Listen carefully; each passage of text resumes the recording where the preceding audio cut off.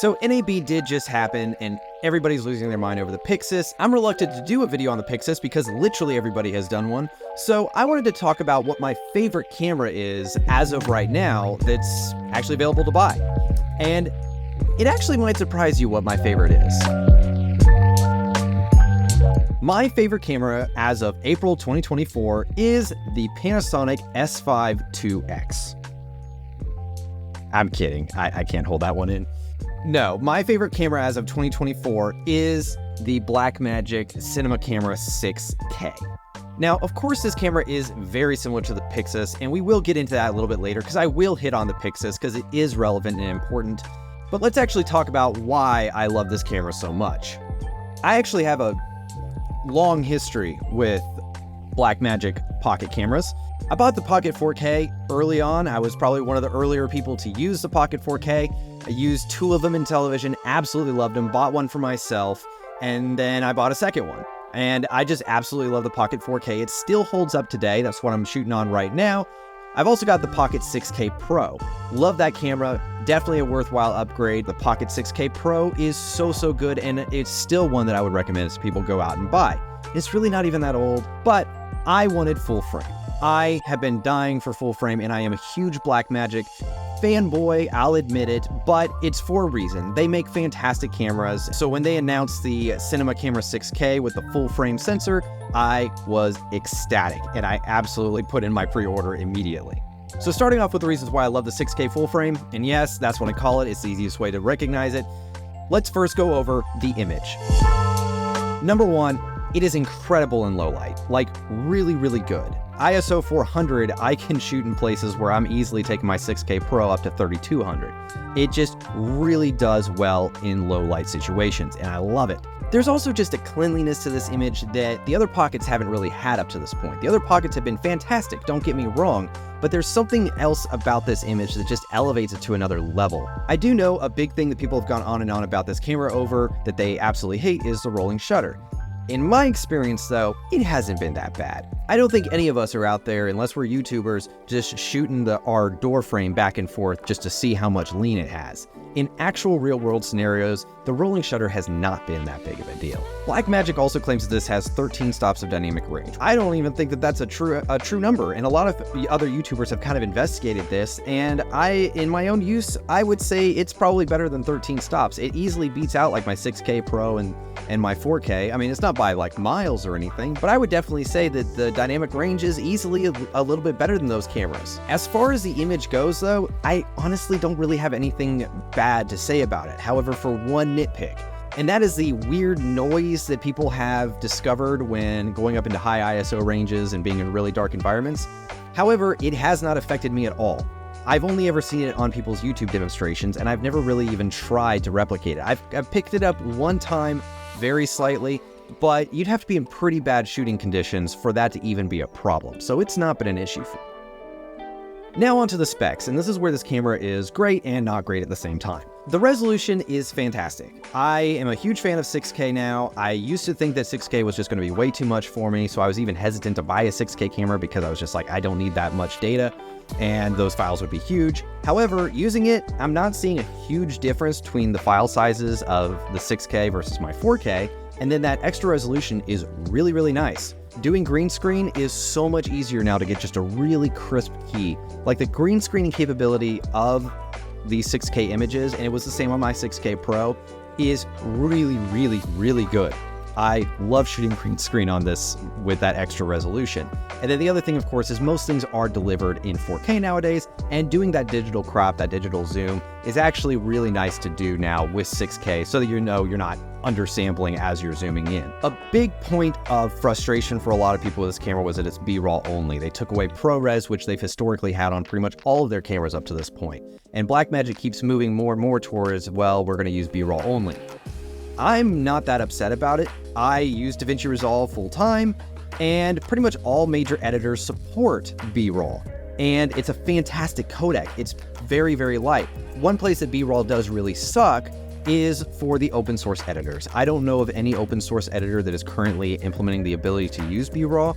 Now, Blackmagic is pretty open with their availability to implement B-Raw into an editor. So if anybody does know of an open source application that does have B-Raw capabilities, please do let me know. I would love to take a look at it. But like Lightworks, Premiere Pro, Edius, they all have the ability to read B-Raw now, so I am not that concerned about the fact that it only shoots B-Raw.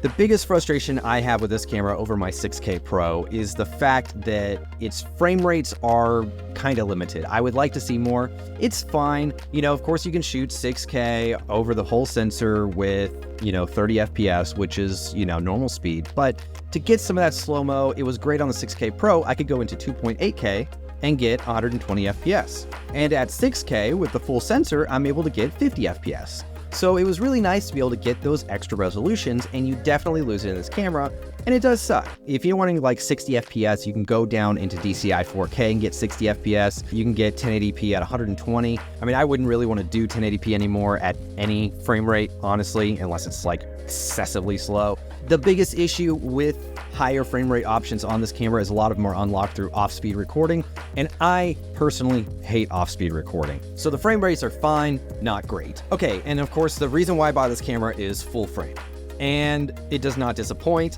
This is actually my first full frame camera I've ever had, and it is a must for me now. I will be probably doing full frame as much as possible going forward in the future. Shooting on vintage lenses is amazing. I love, of course, shooting on like my vintage Yashica lenses and everything. They are right at home on full frame. Another feature I was like, whatever about was open gate, but now I absolutely love it. I do own a video production company, and unfortunately everybody asks for reels these days and, TikToks and stuff like that, so I have to do them. And it sucks, but OpenGate does make that a lot easier. I can shoot on my Sigma 24-70, just go right out to 24, and I'm basically getting their whole body, with not that much distance from them. I mean, it's a really nice feature to have. So OpenGate is actually not all that bad. Another feature that I absolutely love in this camera that I've loved in all the other cameras since they announced it is gyro stabilization. Gyro stabilization is truly an impressive thing. So gyro stabilization in this camera is fantastic as always, and it's just a feature I can't get enough of. Now on to the big subject, which is the body and form factor, and this is the reason why everybody hates on these cameras and other people just absolutely love them. The body is the same. It really hasn't changed anything since the 6K Pro, and I'm okay with that. It really is not that bad of a form factor. A lot of people love it, a lot of people hate it. I'm kind of in the middle. I'll take it or leave it. The only real difference that you did get was the top screw moved back a little bit, which was frustrating because for a long time you couldn't get cages. Luckily, Tilted released one that does fit this camera. But other than that, the body is pretty much exactly the same. And another big winner for this camera, of course, is definitely L-mount.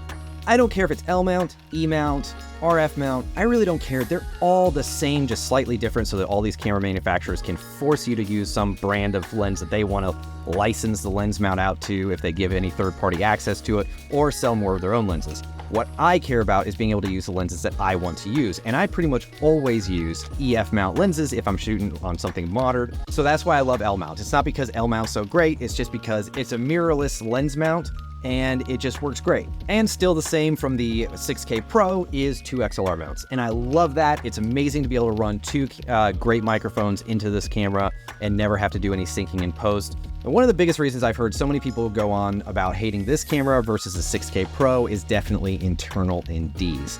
I do miss internal NDs. Internal NDs have become very nice. I can just go wherever I need to go, and some of my shoots are so fast-paced. Having the internal NDs is really, really nice. There are ways around it, though. I am going to be getting the Tilted matte box that has the variable ND insert on there, so that should be a lot easier just to be, very quickly sliding that in and keep going without having to worry about cross-threading or something like that. Now, this is a love-hate subject for me about this Blackmagic camera in all the pockets I've ever used. And that is, it still needs to be rigged. You really cannot use one of these cameras without rigging it. I mean, you can, but the battery life on these things are still awful. I can rig it out to have this V-mount plate on the back and use one of these, 99 watt-hour small rig batteries, and it literally will last all day. I'll just leave my camera on and not even shut it off because the battery life is just so great using one of these on here. The top handle is also a nice thing to have on there. So once you do rig it out and you put that top handle on, being able to carry it by this and even hold it while you shoot and everything is actually a really nice thing to have. And then of course there's the EVF. You know, if I want to go shoulder rig, which is pretty much my favorite way to go most of the time, I have this EVF right here, and I do love the Blackmagic EVFs that they've got for these things. You could, of course, use the battery grip to improve your battery life, and that's not necessarily a bad way to go, but I might as well just throw a V-mount on the back. It just makes a lot more sense to me than the battery grip does. This is not related to this camera, but I've got to show you this. It's with the Pocket 4K. This is the ultimate rig that I've found for the Pocket 4K, and it's so dead simple and so easy to use. It's one of these SWIT NPF batteries that have a D-tap on it, and I can actually run my Atomos Shinobi, which you have to have because this screen is so dark. I can run it off of this SWIT battery and run into the 2-pin power for the Pocket 4K at the same time, and I can actually get about an hour and a half of life or so out of this reliably. And then I still have the internal battery as well. So this is a really lightweight rig for the Pocket 4K, and I wish I would have thought about this 3 years ago. But so yes, this still has to be rigged out if you want any form of real usability out of it. I do hate that the V-mount blocks this screen on the back, because they actually put a great screen on these cameras, and I don't have to run something like a Shinobi on these anymore. But it's fine because I'm usually using the EVF anyway, or I'll be just sitting, you know, next to the camera looking at the monitor through here. But body and form factor is the subject pretty much that brings us to the PYXIS now. I'm actually going to keep my discussion about the PYXIS pretty brief, just because I'm actually getting annoyed at how many videos are out there on it. But I do have some bullet points, and I want to give you my thoughts as a 6K full frame owner and a huge fan of the whole Pocket line and everything like that. And I am totally the market for something like the PYXIS. Yes, it is true that it is the same camera with a different body. I don't think that's such a bad thing though. This is still a fantastic camera, and it's not that old. Like, I only got mine in the mail like 6-7 months ago, I think it was. It's not that old of a camera, so for them to put it into a new body is not that big of a deal. It's also got an aluminum body, which is really, really nice to see.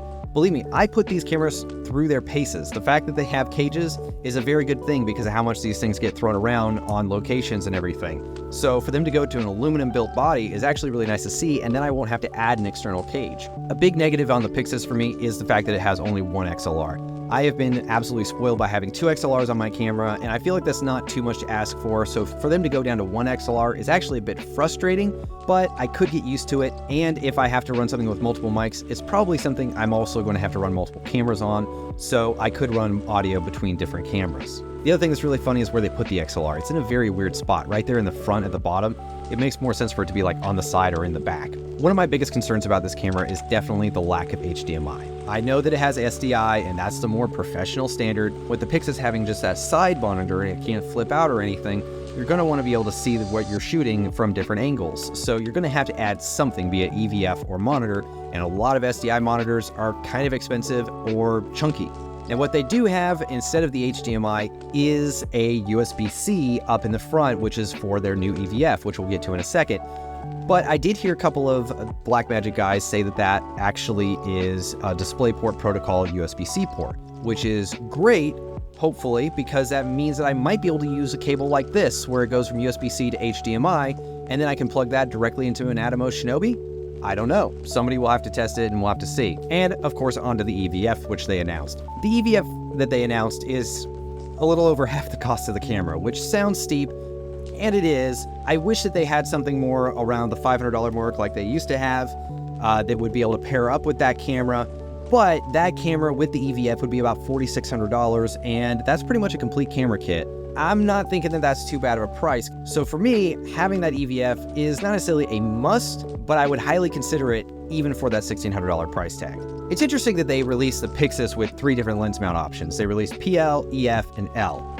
Especially interesting because you can pretty much adapt L to either of those other ones, and I don't know why you would not just get L mount. Another amazing thing that they did on the PYXIS is they changed up the battery. No longer are you having to use the tiny little NPF battery or that really old Canon LPE6 battery. You've got a proper Sony BPU battery that sticks out the back, and you can add bigger batteries if you want to get more recording time.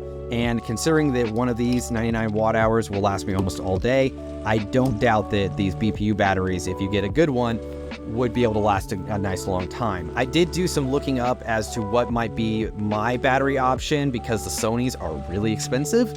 I would probably go for the ICANs. I've used ICAN batteries a good bit in the past, and they make BPU batteries that are pretty large for a pretty good deal. So I think I would definitely try out some of those ICAN batteries first. Another thing that's really nice about the PYXIS is there's not really a whole lot of rigging really needed for this camera. So I'm really excited to be able to have that big battery off the back and not that big of a rig. Now, I did hit on SDI a little bit earlier, and I'm actually very glad to see SDI on that. It makes it way easier to run really long lengths of cable to, live stream boxes and stuff like that, and it locks in really well. So I am excited to see SDI. I just wish that they would have kept some kind of HDMI or something on there to be able to hook up like a Shinobi or something of that nature. Another thing that they did was add 2 CF Express card slots over the one that's on the 6K full frame. And that's nice. Redundancy is, of course, a nice thing to have if you're getting a really expensive shot and everything like that, and you want to have that backup. But most of the time, you're going to run just one. So I probably would have traded the second CF Express card slot for something like an HDMI or especially another XLR input. Like a lot of Blackmagic cameras, there is a lot to love about this camera, and there's also definitely some quirks. And I do know, of course, that it's basically the same as my 6K full frame. So am I going to buy a PYXIS? Short answer is yes. I definitely would say it's worth it because I can get rid of a lot of the rigging and stuff like that that's going on with this camera, and I can get a much more sleek, easy to use run and gun setup.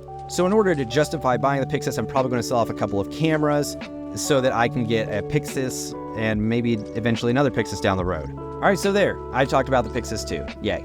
But no, this really is about the 6K full frame and how much I do love it. When I do get a PYXIS, I'm probably still going to keep my 6K full frame. If nothing else, I'll probably have a 6K full frame and a PYXIS because I think that would be a fantastic pair up since I've already got this camera. If I had never bought the 6K full frame, I would have just gotten the PYXIS because between the two of them, the PYXIS is kind of the clear winner for a lot of reasons, but they're obviously basically the same camera. So get one, get the other. Hey, the price of these are probably going to drop a lot on the used market. So go ahead and get one of those while you can because it's a fantastic full frame cinema camera. Well, that really wraps up this video. Thank you so much for watching. Remember to live your life one frame at a time, and I will catch you next time.